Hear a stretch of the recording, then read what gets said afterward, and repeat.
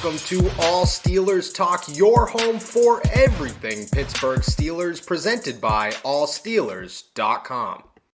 Hello, beautiful people of Steelers Nation. Thank you so much for jumping on to another episode of All Steelers Talk. I'm your host, Noah Strackbine, joined every Tuesday and Thursday by my main man, Donnie Drew. And Donnie, it's been a wild week for the Pittsburgh Steelers. Not only is Antonio Brown performing in Southside on Friday, but he is trying to retire a Pittsburgh Steelers. On top of that, Eric Fisher, a late addition to the Steelers roster. We'll wait and see on that one. And ESPN continues to disrespect anything the Pittsburgh Steelers do time and time again this offseason. It's a glorious day here in the Burgh. Make sure to subscribe to us on youtube.com/allsteelerstalk. How you feeling, my friend? I'm good. It's a breezy 97 degrees out here and sunny. Kind of sad boy hours over here. The Penguins got knocked out Stanley Cup playoffs in the first round Sunday night. But you know what? We adapt, we overcome, and nothing better than some Pittsburgh Steelers talk in early May, which is wild to think how far we've come. Because I remember breaking down people at the Combine, 3 months ago? What felt like 3 days ago. Yeah. Felt like a day ago. Penguin sad boy hours for real, although we do overcome, much like the Rangers overcame a 3-1 deficit to end the game. Let me ask this before we jump into the Steelers talk, and make sure just to plug our Penguins insights here. We should do a little bit of that. Alley-oop. Yeah, I appreciate that. I didn't even catch on to your oop there. It would have been a terrible Shaq to Kobe situation here. Everybody go check out InsideThePenguins.com. Fan Nation, along with myself, have launched Pittsburgh Penguins coverage. It's been a blast, actually. I jumped right in to the playoffs. It's been a lot of fun. On top of that, YouTube channel, Inside the Penguins on YouTube. I think we have like 12 subscribers, so we got to work our way up on that one again. So make sure that you hit that up. We're going to have plenty of giveaways, just like we do here, podcasts, the whole nine. So make sure that you hit them up. Inside the Penguins on YouTube, InsideThePenguins.com for all your Penguins news. Appreciate the alley-oop. Next time I'll catch it. All right. Let's talk about Antonio Brown wanting to retire a Pittsburgh Steeler. Came out of nowhere. Left everybody a little bit shook the other day. Just want to retire a Steeler. He made it clear, I want to play. I got no intentions of playing football with the Pittsburgh Steelers. I personally believe that Antonio Brown's days of playing football in general are over.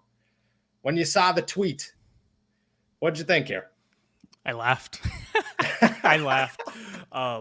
Very few times in life do you get the opportunity to watch somebody come full circle and realize that they messed up on a skill that Antonio Brown did. If we could reverse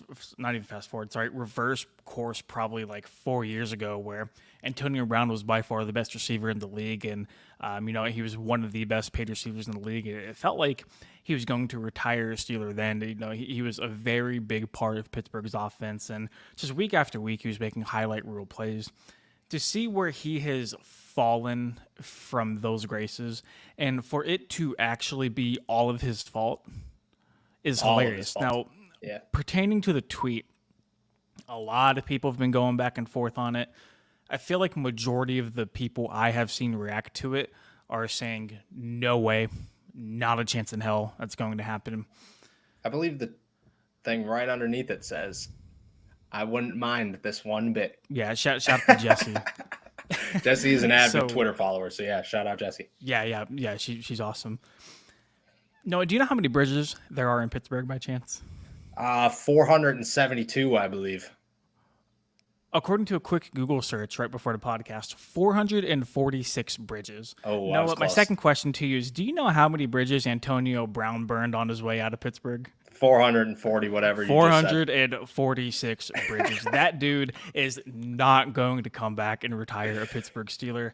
I do want to bring up a Vince Williams tweet, though, former Steelers linebacker, who tweeted out that Antonio Brown is the greatest receiver in Steelers history when you look at talent, and therefore Vince Williams feels like he should have the right to at least retire a Steeler. Now, my only problem with that, Mike Tomlin is still at Pittsburgh. He's going to remain in Pittsburgh far after Antonio Brown's football career is over. Yep. you got to do a lot for Mike Tomlin not to like you. Like you Yeah. have to do a lot. Like he was incredibly nice to me whenever I met him for a 3-second window in Mobile at the Senior Bowl 2 years ago. You got to really cross some boundaries for Mike T not to mess with you. You feel Antonio that's just not a thing. Like Mike Tomlin will not bring back Antonio Brown. Like Yeah. I see no realistic scenario where Mike Tomlin gives the green light for Antonio Brown to even retire on a 1-day contract as a Pittsburgh Steeler. Yeah, and I don't think Art Rooney's in there as well. I think that both of them are just going to be like, why would we do this? We're an organization about respect. I wanted to touch on both sides though, because there's a part of me that says there's no way Antonio Brown will not retire a Pittsburgh Steeler, and he shouldn't be allowed to retire a Pittsburgh Steeler. And just to touch on stuff happening in the comments here, James Harrison did leave on a bad note. And the comment is James Harrison said he doesn't want to play. Why not? If Debo can be known as a Steeler after how he went out, so can AB. I don't agree with that because the way James Harrison went out was terrible. Wasn't great. He didn't come back and retire a Pittsburgh Steeler. I get that he's known as a Pittsburgh Steeler. Antonio Brown will forever be known as a Pittsburgh Steeler, I believe. Antonio Brown's situation is much more drastic. Much more drastic. Not only did it continue while he was in Pittsburgh, but then as soon as he left and then continued and continued and continued, it just never seemed to end. And every time it was worse than the last time. So I don't believe that there is a connection left for him to come back and just have that pleasant retirement. I also don't believe that the Pittsburgh Steelers want to overshadow in any way Ben Roethlisberger's retirement and that retirement season. And I think that plays a role. I think that Art Rooney would look at that and say, this was Ben's year to go out. It's not Antonio Brown's year to go out. I also don't believe that. I think there's a small portion of fans, but I don't believe that there's a lot of fans out there that would be very excited. And honestly, I think it would be a different form of unexcited. I think that there's maybe a third of the Steelers fans that still care about Antonio Brown. I think at this point, 2/3 of them are totally numb and just like, I don't care what he does anymore because after 3 years, this is where we are. There's going to be people who give us flack for even talking about Antonio Brown right now because he's not on the roster and he's been long gone for a long time. So there's a segment of like Steelers fans that are just like so anti Antonio Brown, and I get it. My question for you though, let's say in like some weird fantasy world where Ben Roethlisberger is still playing, and Ben gives them the green light. He's like, "Hey, like I think this should happen." Do you think that would overturn any stones for Tomlin or Rooney? Yeah. I think if Ben said, yeah, it needs to happen, I think it would play a role. I don't think it's Tomlin. I don't think Tomlin has any say. I don't even think he'd even bring it up. Really? Yeah, I think it's Art Rooney. Like, I don't think Tomlin has a say in any of those decisions. And I don't think he really wants to have a say. Tomlin never strikes me as that guy. Rooney, on the other hand, is all about respect. He's all about character. He's all about look. I love Art Rooney. He's a great man. He's not bringing Antonio Brown back. Looks terrible for the organization.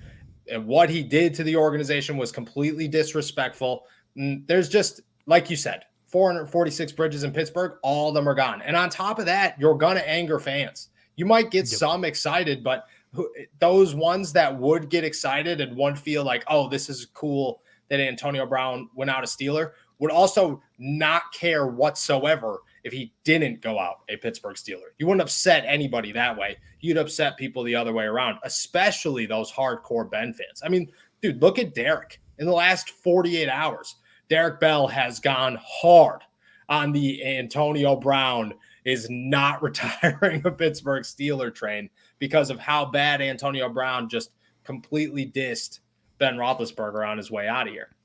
Yeah, I don't think it's there. I think Steelers fans, almost more than anybody else in the league, they don't forget. Like, they really do not forget how a player leaves. I saw, it was like in some random Twitter thread where people were talking about like certain fan bases in the NFL, and somebody literally equated the following the Steelers have in Pittsburgh to Christianity. Like it's literally on that level. And like that's not some crazy outlandish thing to say. Like it's true. Like people show up to church in like Steelers jerseys on Sundays. Like kids true. are born with a terrible towel put around them. Like it's like cult. It's a literal cult. It's a cult I'm more than happy to be a proud of, but it still feels like a cult nonetheless.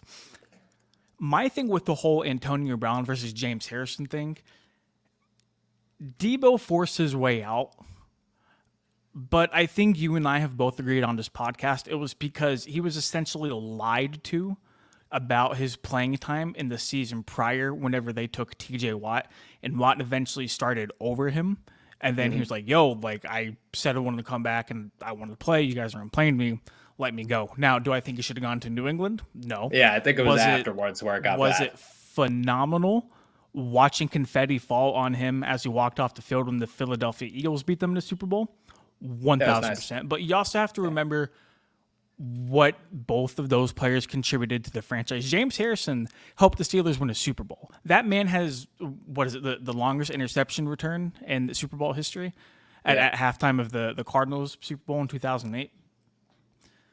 James Harrison will forever be known as part of that team, whereas Antonio Brown, for better or worse, will be known as the Steelers teams that underwhelmed and never got to get to a Super Bowl. I don't agree with that one. Because I think James Harrison did embed himself, but Antonio Brown's the greatest Pittsburgh Steelers wide receiver of all time. I would agree, but when you're looking at the entire scope of what they were able to do in their career, Antonio Brown, while he was a great receiver, people will remember that, but they will also remember the fact that he, Big Ben, Martavis Bryant, and Le'Veon Bell never went to a Super Bowl. But I don't think that's on Antonio Brown. Huge. I know it's on Antonio Brown. But that's what I'm saying. If it was a quarterback, I could make that argument like, oh. No, for sure. But like I precluded the statement with, fair or not, that's how some people are going to remember him as. Yeah, I don't know. Maybe you will. I don't know if a lot of people will. I don't seem like that. I agree with your point. I seem to be one of the few people who do acknowledge that he's probably the most talented Steelers receiver in their franchise history. A lot of people will push back on that and give you names like Hines Ward or Lynn Swann or John Stallworth or whoever it might be. Dude, for my money, he's the best receiver I've ever seen with my own two eyes.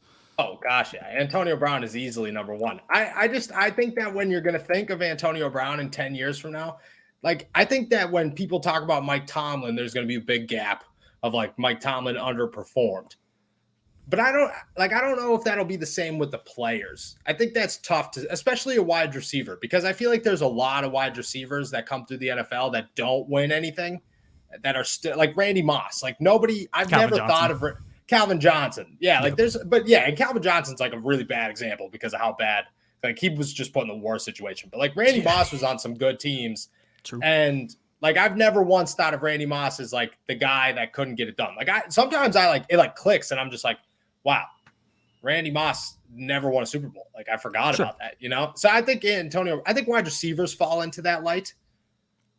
But I agree with everything that you've said, because like I don't believe that Pittsburgh Steelers fans are just going to be like, oh my gosh, Antonio Brown is just, such this important part to franchise history. It's just like Antonio Brown was like the greatest wide receiver in franchise history for 9 years, and then had the greatest meltdown in Steelers history for 3 years. Yeah. And here we are. Now, there's a lot of people right now bringing up the fact that he does have a show in Southside on Friday. And like, I'm not going to say that's the reason that he did this. But if it is the reason that he did this, Antonio Brown should be scrapped from anything Pittsburgh Steelers related for the rest of time. Do you think, I like how you brought up time, because time heals all, right? Like as time goes on, you start to kind of forgive. Like I remember being irrationally upset that James Harrison signed with the Patriots, and now like years down the road, it's like I don't care. Like I don't care that he went and signed with New England. Do you think like 10 years down the road after Antonio Brown retires, people are still going to hold that grudge against him of what happened? I think people will forget. There's comments about Plaxico Burress and Santonio Holmes. Plaxico Burress went out on a bad note. Santonio Holmes was screwed over because of Ben. And I don't think you remember either of those in those lights. When I remember Plaxico Burress, I obviously think of the terrible incident where he shot himself. Yeah. But I also think he played along Hines Ward and had pretty good success. And then I think of Santonio Holmes, and I just think Super Bowl MVP. This man was a stud. Should have never got traded. I get it. He got bad for a second there. But I think that in 10 years, 15 years, people will forget. It depends on the people, though. We were younger when all this stuff happened, so it's easier for us to overlook it. But right now, we're so embedded in what happened to Antonio Brown. I mean, heck, I lived in the middle of it. It was in the blaze, and I will never forget that. That will be something that when people talk about Antonio Brown, I will be like, dude, he lost it. I also think that how you go about yourself afterwards plays a large role in that, because James Harrison, now he's a big Steelers fan, very supportive. He's a nice dude. I've talked to James Harrison since his retirement, and he was nothing but a great guy. Plaxico Burress, does his thing. He was rooting on the Pens the other day. Santonio Holmes is in Pittsburgh all the time doing stuff with the Steelers. I think it's how you go about it afterwards. Antonio Brown might have tweeted out, I want to retire a Steeler, but Antonio Brown has been nothing but worse and worse and worse and worse afterwards. And if you expect that to change in the next 10 years, I just don't see Antonio Brown standing on the sidelines waving a terrible towel, being this quiet guy.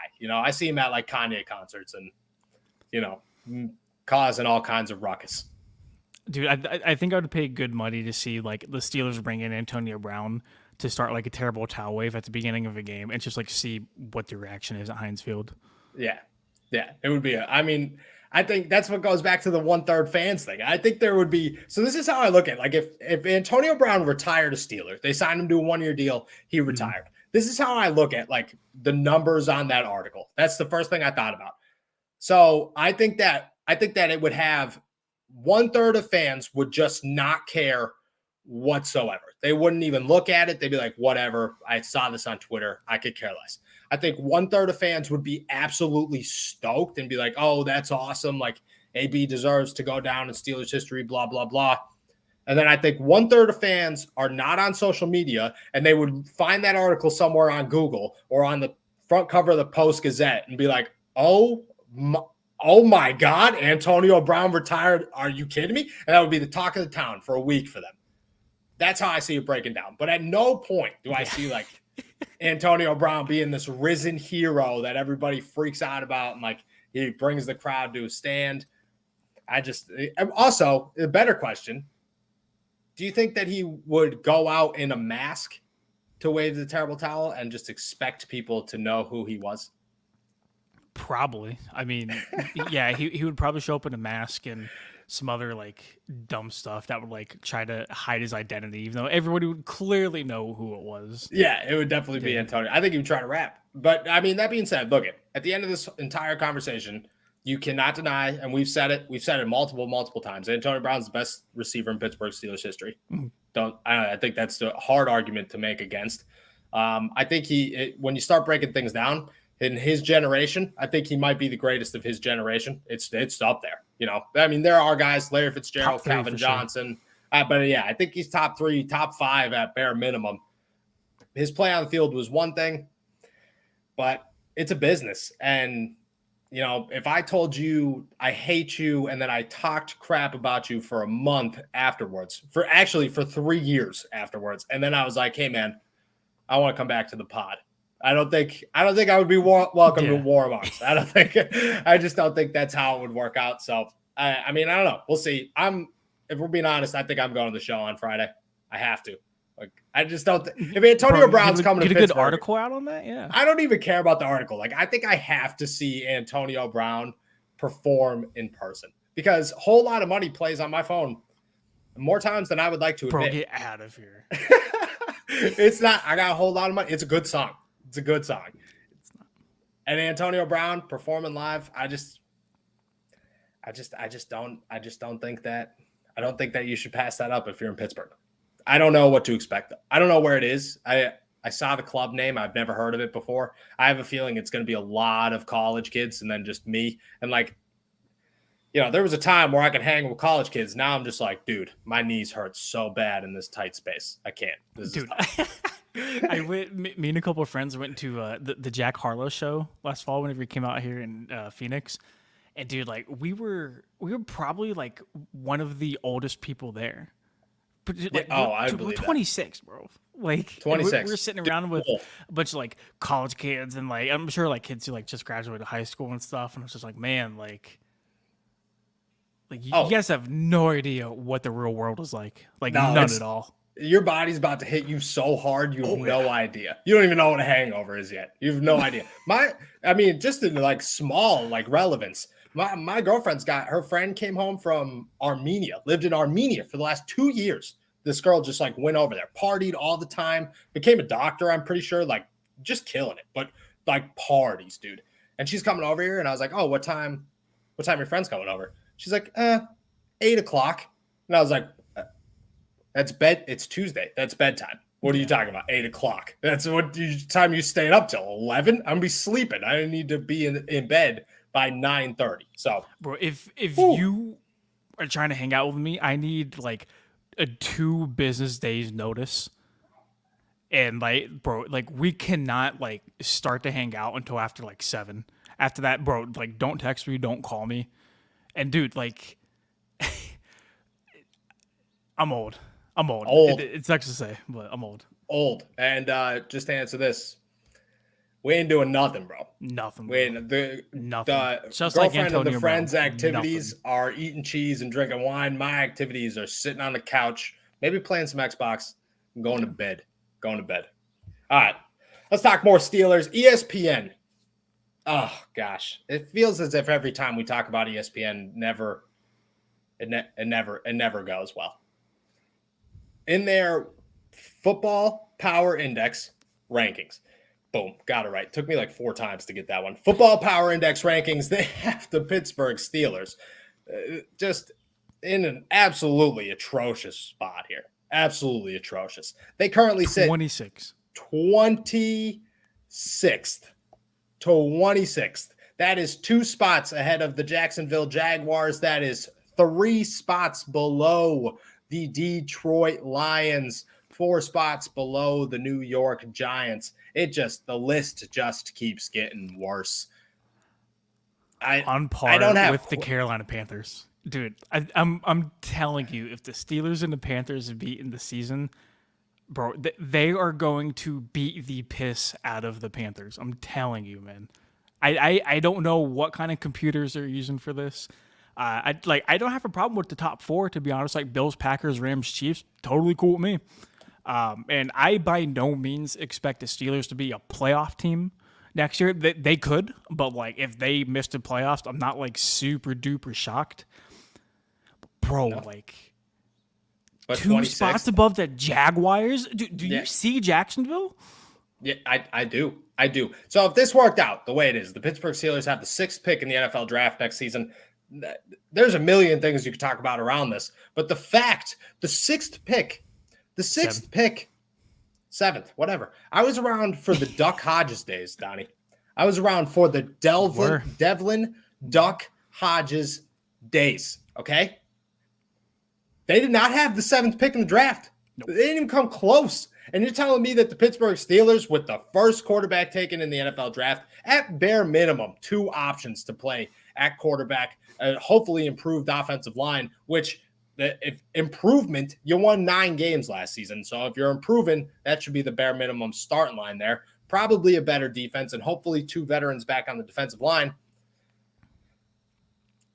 And you're saying the 7th worst team in the NFL? That just seems a little rough. 1 spot above the Seahawks, who have Drew Lock starting at quarterback. Noah, bro, you know I am not a Trubisky guy. You know I do not like Mitch Trubisky. But, like, we're going to sit here and act like the Steelers aren't just thrashing the Seahawks now that Russell Wilson is gone. That's what I don't see it. Like, this is twice now. This is twice in 2 days that I've seen the Steelers just like, and I think it's Kenny Pickett. I think it's the Kenny Pickett thing.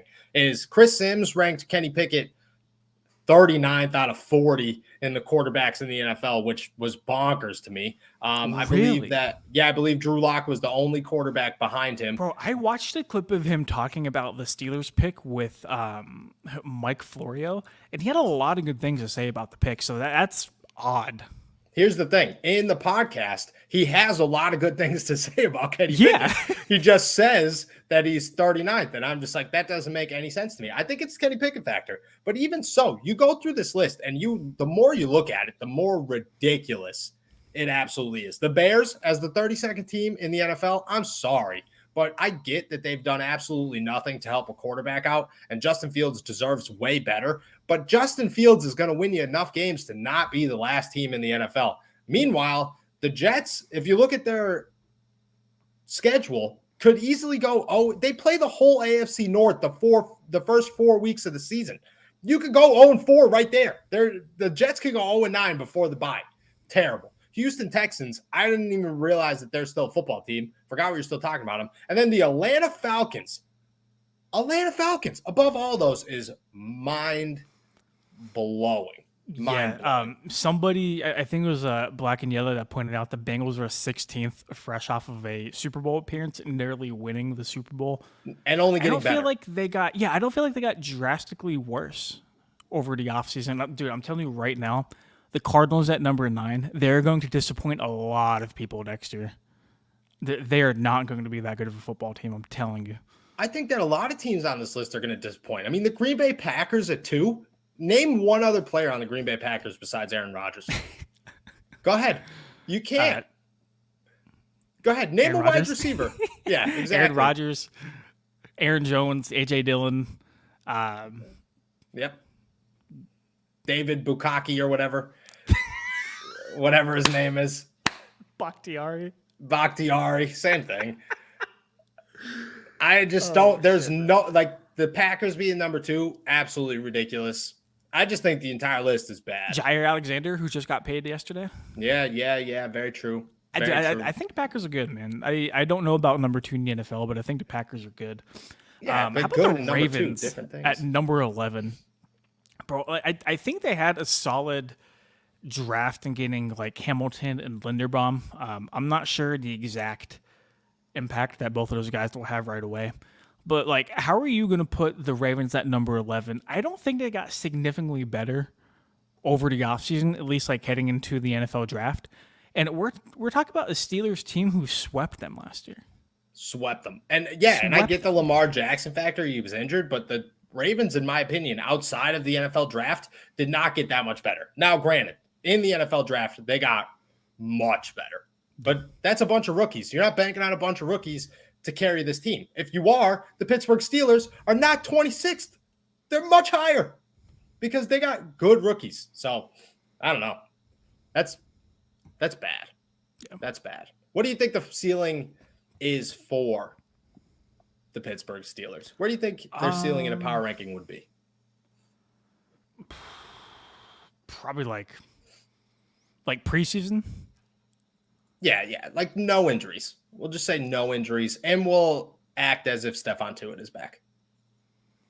I think Tuitt's presence definitely helps out a lot.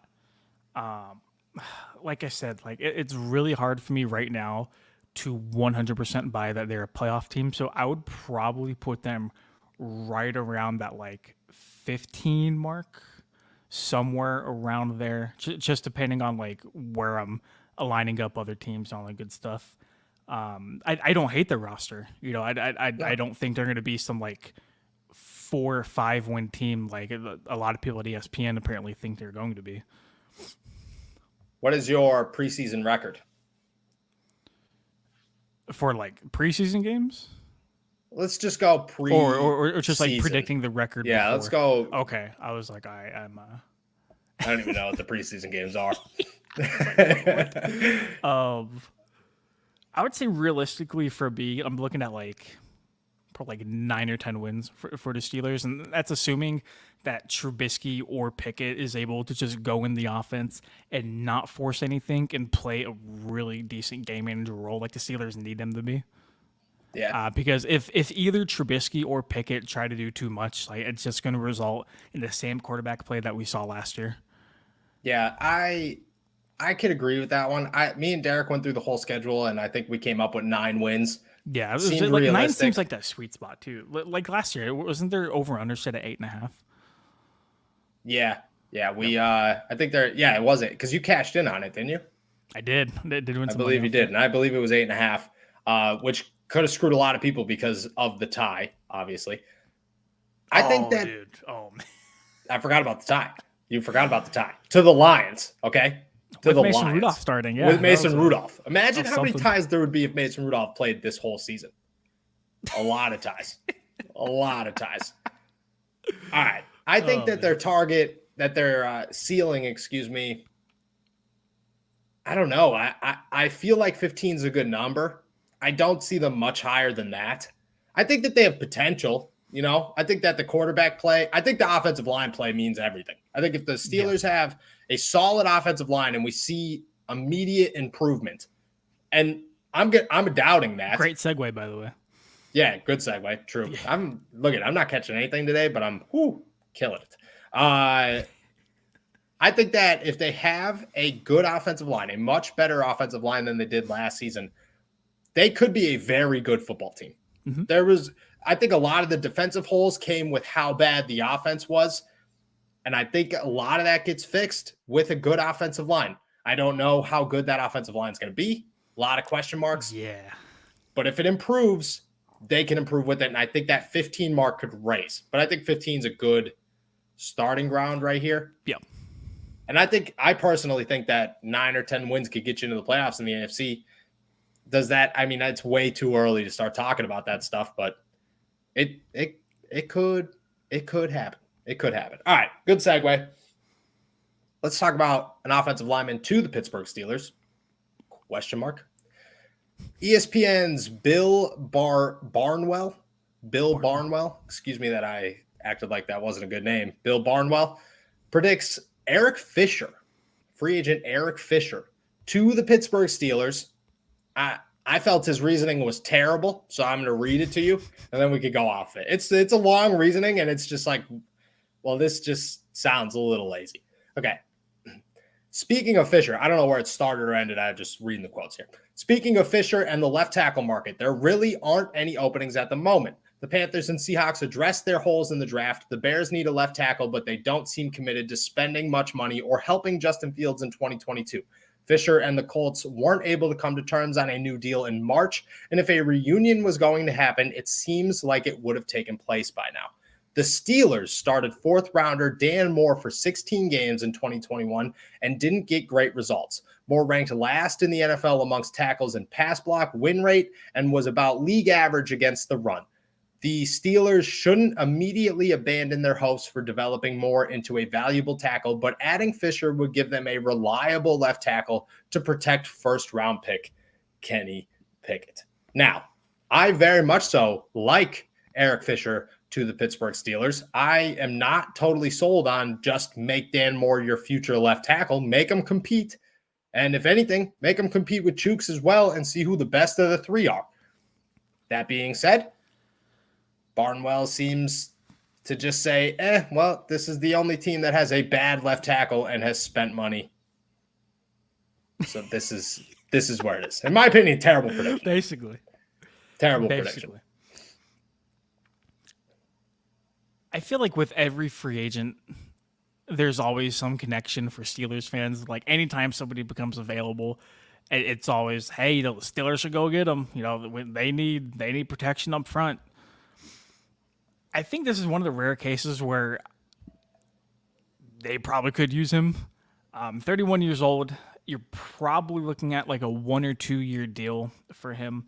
Last year, he made a $8.3 million on a 1 year deal with, I believe it was the Colts last year. PFF projected him to make $16 million a year heading to the offseason. I think we have reached a point to where that is not a realistic target for neither him or his agent. $16 million. Yeah, a lot of money. Former first-round pick. I mean, a whole lot of money.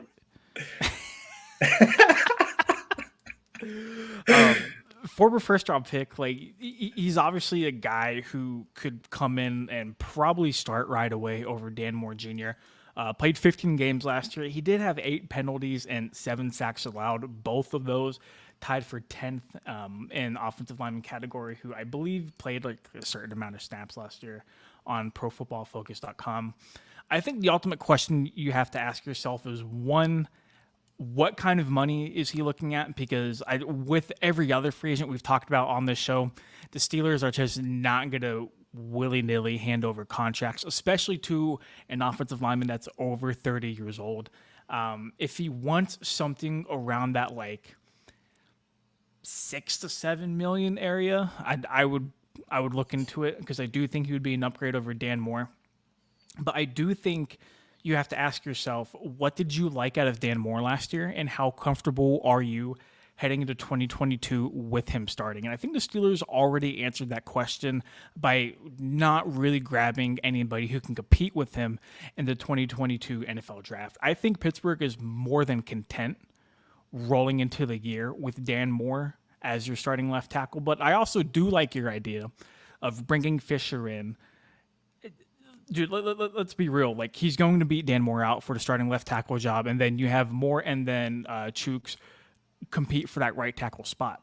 I think at the end of the day, you're trying to put together the best offensive line. I think Eric Fisher is an upgrade over a guy like Dan Moore. And to be really honest, like, Dan Moore shouldn't probably even not be playing right now. He's a 4th-round pick. I think he was kind of thrown into the fire last year. He was more of a developmental guy, and I'm not sure how his development will continue on track with him sitting on the bench behind Eric Fisher. But just in terms of overall improving your squad, I think Eric Fisher would be a good get for a 1 or 2 year deal.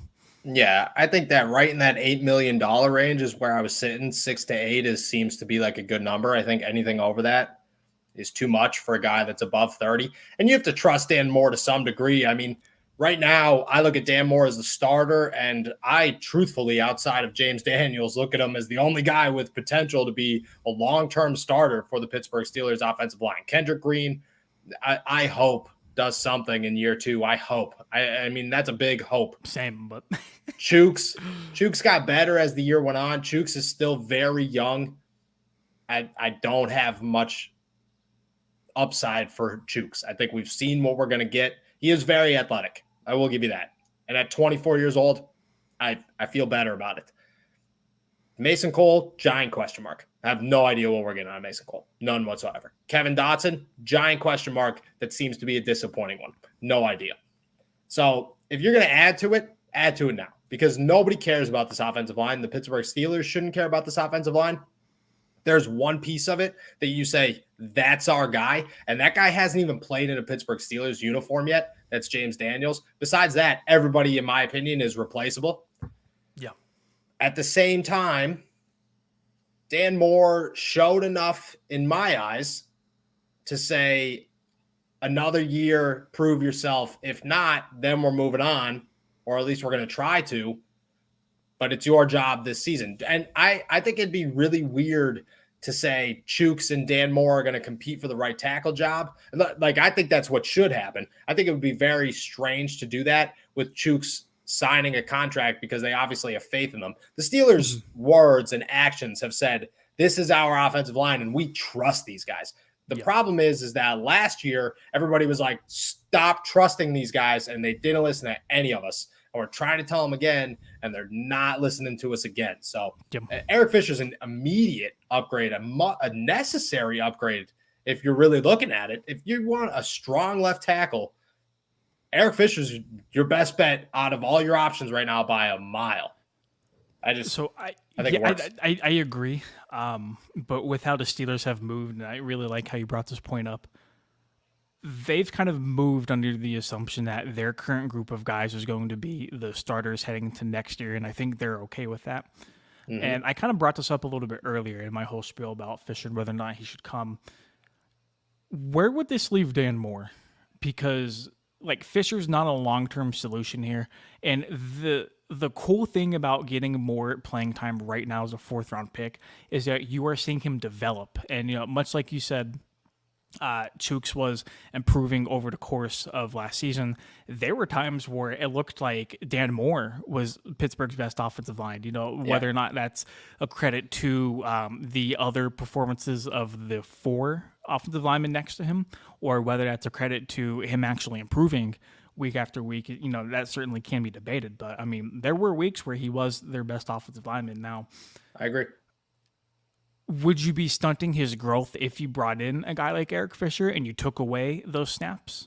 Yeah. And sat Dan Moore for a year or two, and then you kind of throw Dan Moore back into fire, and it's like, all right, well, I haven't played in a year. Cool.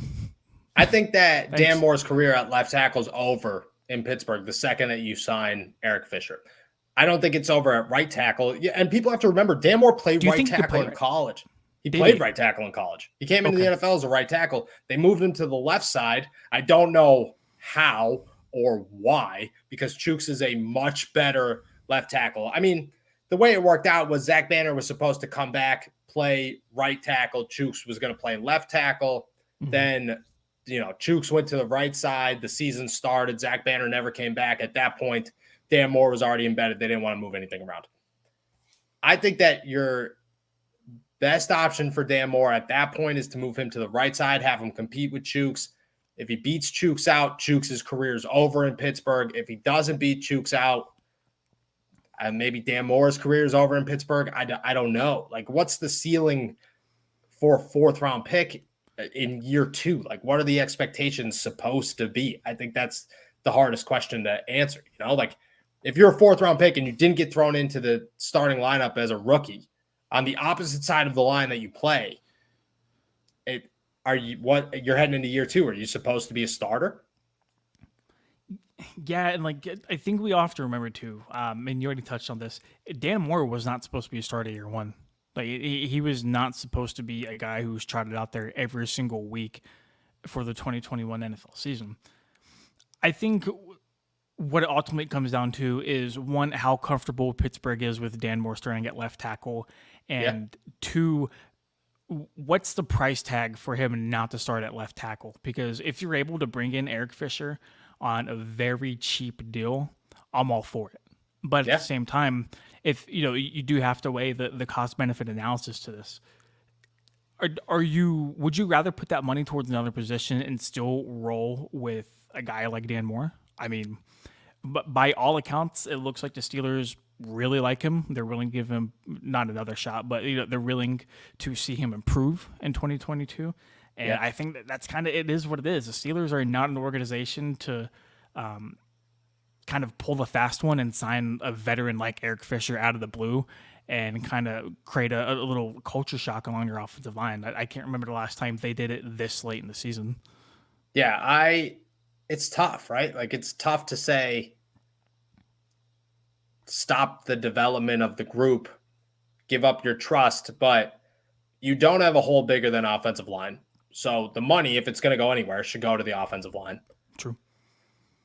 And it's a super difficult decision to make, to say we stop someone's development, or possibly two players' development in Chooks and Dan, because we believe that there's something there, for a solidified starter, or we take a risk, and that risk could be so detrimental that this season is a bust. And the Steelers' motto is never bust, but the Steelers' motto is also, if we have talent, we're going to develop that talent. So that's a tough one. That is a tough one. We could answer this one. Who was better, Chooks or Dan Moore last season? That is a much more difficult question to answer than I think on paper. If I had to pick, I would say Chooks. I thought Chooks played just slightly above average all season long. Really bad at times, but just slightly above average on average most of the time. Whereas in Dan Moore, there were times where I was like, dude, what are you doing, man? And then there was also other times where I was like, this guy looks pretty good. I think the best way to look at Dan Moore is, someone told me in Indy at the NFL Combine, a scout told me that when you watch Dan Moore's tape, what you see is a guy who could be the fourth starter on an offensive line, and a quality fourth starter. And you need that guy. You need that fourth starter. But if that's the ceiling, do you want that ceiling to be at left tackle? I don't know. Yeah, I think if either Dan Moore or Chukwuma Okorafor is your best offensive lineman, you should probably invest a little bit more in the offensive line. Like I said, like James Daniels, I don't think the Steelers are opposed to bringing in talented guys if they see not absolutely nothing, but like look at Kendrick Green, for example. Look at Kevin Dotson, for example. They brought in veteran guys to, at very minimum, compete with them. We have not seen that at either tackle position, to be honest. Nope. I think right now it's just Mike Tomlin's looking at it and going, these are our guys. I think last season, if this was last offseason, we'd be super excited about that. We'd be talking ourselves into, oh, this is fine. You got to trust Mike Tomlin. I'll trust Mike Tomlin with my unborn child. And now I'm just like, dude, this is I think you're forgetting the amount of slander I gave that team last year. Yeah, all right. So I was like, I will trust Mike Tomlin with my unborn child. And you were like, man, they're going to suck. And here we are. I eat my words a lot. But all right. It is what it is. We'll talk more about that. Before we head out here, Black and Yellow Steel has a question. Are y'all real life buddies? I feel like it's important for everybody to know that we are. Like, we don't just talk on the show and then never leave. So Donnie lives in northern Phoenix, Arizona. I live in Pittsburgh, Pennsylvania. We met, it's got to be almost 10 years ago now. Long time ago. Like 6-7 years. 10 years ago, bro. It's got to be 7 years, at least. It's got to be. I was definitely not 21 when we first met. Yeah, maybe I was like just turning 21. So it's got to be a minimum 5 years. Yeah, definitely minimum 5 years. Where we worked together at Fansided, talking Steelers. Sports Illustrated or Fan Nation hit me with a great opportunity to start Steelers coverage. First person I called was obviously Donnie Droon because he's the best freaking writer I know, best work ethic I know, and said, yo, come do this with me. He obviously said yes. And I said, no doubt, bro. Let's do it. And here we are. What's this, 4 years later? Yeah, 4 or 5, yeah. 4 or 5 years later, doing a podcast. Feeling good about the podcast. Like I said, we thank you guys so much because when we first started this, it was just us talking to each other on a camera. Nobody cared at all. So we appreciate you so much. Wild times, dude. Yeah. Also, the show is not ending. Somebody just asked. We had to give an answer. This ain't going nowhere, bro. We just getting started. We got a lot going on here. Don't you worry. We wouldn't be. We got more giveaways. We got more everything. So don't you worry. All righty. That is going to do it for us today.